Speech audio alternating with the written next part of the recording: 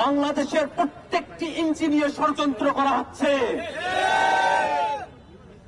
এই বাংলাদেশের 24-এর তরুণরা বেঁচে থাকতে বাংলাদেশের 1 ইঞ্চি আমরা হাতছাড়া হতে দেব না।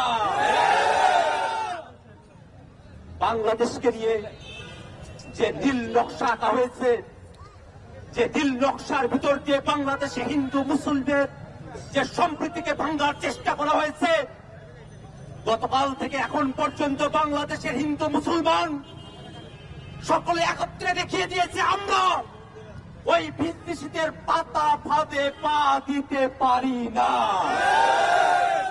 বাংলাদেশে হিন্দু মুসলমান বৌদ্ধ খ্রিস্টান পাহাড়ি সমতলে আমরা সকলেই যারা আছি আমরা বাংলাদেশি, আমলে বাংলাদেশকে রক্ষার জন্য প্রয়োজনে জীবন দেব।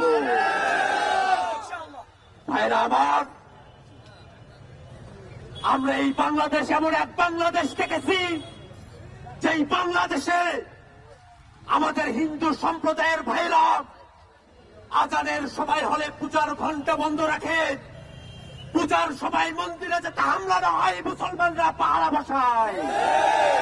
সেই বাংলাদেশকে সাম্প্রদায়িক দাঙ্গার দিকে ধাবিত করা যাবে না।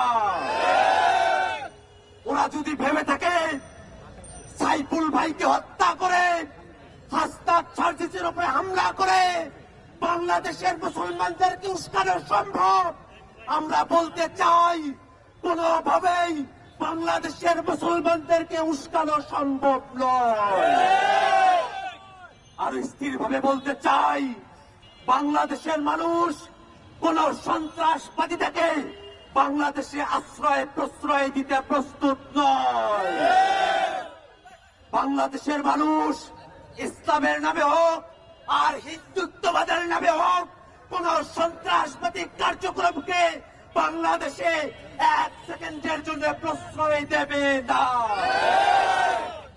ভাইরা আমার, বাংলাদেশের মানুষ আমরা অনেকেই জীবন দিয়েছি, আমাদের ভাইরা অসংখ্য মানুষ পঙ্গু হয়েছে, আহত হয়েছে, অসংখ্য মানুষ রাজপথে থেকেছে। যে বিজয় আমরা অর্জন করেছি সে বিজয়কে বাংলাদেশ যতদিন পর্যন্ত আছে